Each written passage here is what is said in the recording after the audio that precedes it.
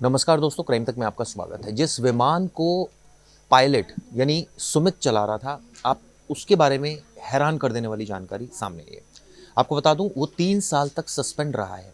और आप सोचिए कि वो चार्टर्ड प्लेन को चला रहा था, साथ में को पायलट शांभवी थी।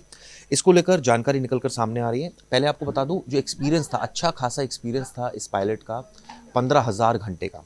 और ऐसे में अब ये खबर काफ़ी वायरल है। इसमें ये पता चला है कि 2 बार शराब पीकर प्लेन उड़ाया था। आप सोचिए, 3 साल सस्पेंड रहे थे और सुमित कपूर की ये पूरी कहानी है जो मैं आपको बता रहा हूँ।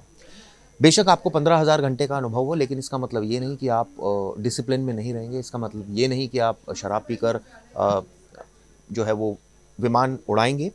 लेकिन ये सच है। आपको बता दूं कि 2010 और 2017 की बात है, जब उड़ान से पहले उनका जो शराब का टेस्ट किया गया था वो पॉजिटिव आया था। और अ, और वो शराब टेस्ट में फेल हो गए थे। दूसरी बार पकड़े जाने पर डीजीसीए ने, आप सोचिए, उनको 3 साल के लिए सस्पेंड किया था। और अब सवाल ये उठता है कि एक शख्स जिसको 3 साल के लिए सस्पेंड किया, वो ऐसी वीवीआईपी मोमेंट में उसको लगा रखा है, और वो क्या इस तरह से प्लेन को जो है वो उड़ा रहा है। एविएशन के नियम क्या कहते हैं? उड़ान से पहले एक बूंद शराब अगर आपने पी रखी हो तो आपके खिलाफ एक वारंट इशू हो सकता है। और लेकिन आपको बता दूं कि सुमित कपूर का जो रिकॉर्ड है, उसके मुताबिक 2 बार ऐसा हो चुका है। पहली घटना थी 13 मार्च 2010 की। दिल्ली एयरपोर्ट पर उड़ान संख्या S2 231 दिल्ली से बेंगलुरु जा रही थी।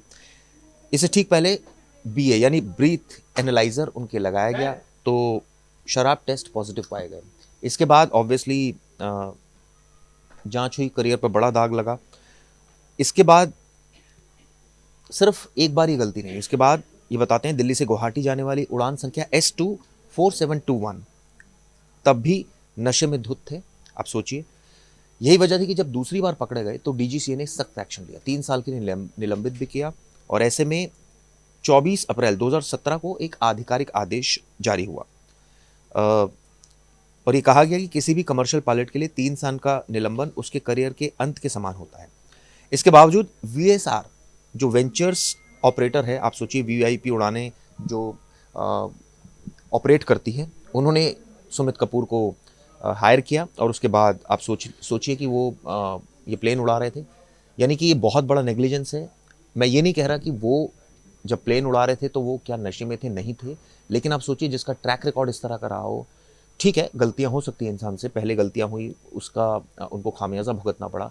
लेकिन फिर भी ऐसे पायलट्स को पूरा टेस्ट एंड ट्राइड करना चाहिए। मतलब इतनी जल्दी विश्वास नहीं करना चाहिए जब तक कि पूरी तरह से वो हर कसौटी पर खरा ना उतरे। क्योंकि अगर इस तरह से वो प्लेन उड़ाएगा तो हादसे भी हो सकते हैं। और ये अब हादसा हुआ है तो ऑब्वियसली सवाल भी उठ रहे हैं। लेकिन मैं आपको एक चीज़ क्लियर कर दूं, अभी तक की जांच में ये साफ, इस केस में यानी कि अजीत पवार जो विमान हादसा हुआ है उस केस में, कहीं से भी सुमित कपूर का रोल अभी सामने नहीं आ रहा है कि उन्होंने शराब पी रखी थी। इस तरह का कोई रोल सामने नहीं आ रहा है। हालांकि अभी जांच हो रही है, लेकिन आप सोचिए कि ये जो ट्रैक रिकॉर्ड है ये कई सवाल खड़े करता है। पहली बार 13/3/2010 को, जब मैंने आपको बताया था बेंगलुरु वाली फ्लाइट में थे, तो उनको पहली फर्स्ट वार्निंग दी गई थी। इसके बाद 7/4/2017 को, यानी 7 साल के बाद, दिल्ली गुवाहाटी उड़ान पर फिर उन्होंने ये किया। और ऐसे में उनको ये गंभीर सुरक्षा को उल्लंघन माना गया।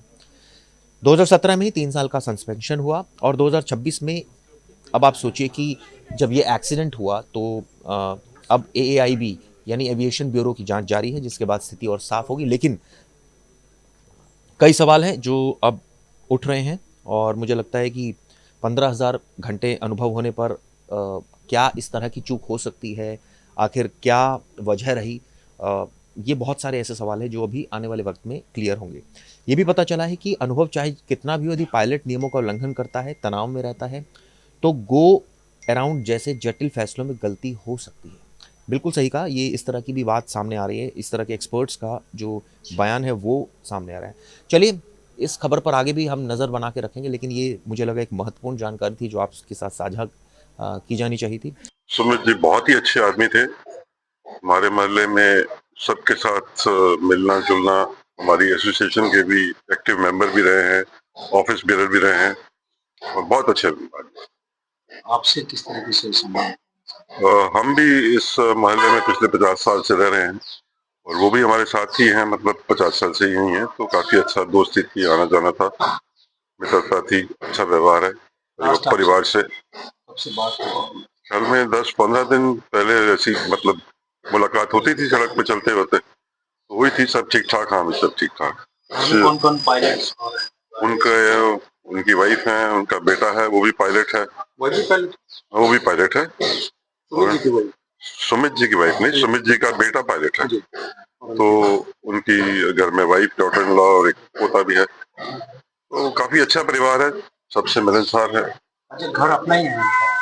नहीं, ये 4 मकान छोड़ के M21 में इनका मकान बन रहा है, तो इसलिए ये M26 में किराए पर रह रहे थे। जब तक बनेगा तब तक यहाँ रहेंगे, तो उसके बाद जब बन जाएगा वापस शिफ्ट कर जाएंगे। घटना के बारे में कब पता लगा आपको, कैसे पता? ये दुर्घटना तो सुबह जब न्यूज पे देखी तो पता चला। हम सोच भी नहीं सकते थे कि हमारे ही मित्र हैं जो इस प्लेन को चला रहे थे।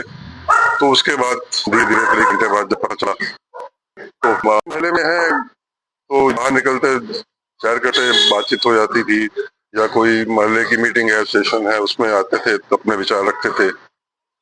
तो काफी छोट, तरह का व्यवहार था उनका? बहुत ही भले आदमी थे, बहुत ही भले आदमी थे। और मेरे ख्याल में शायद ही कोई ऐसा मीटिंग वीटिंग या जो भी कार्यक्रम मोहल्ले में रहते हैं वो अटेंड ना किए हों, तो पूरा सहयोग देते थे, उसमें विचार रखते थे।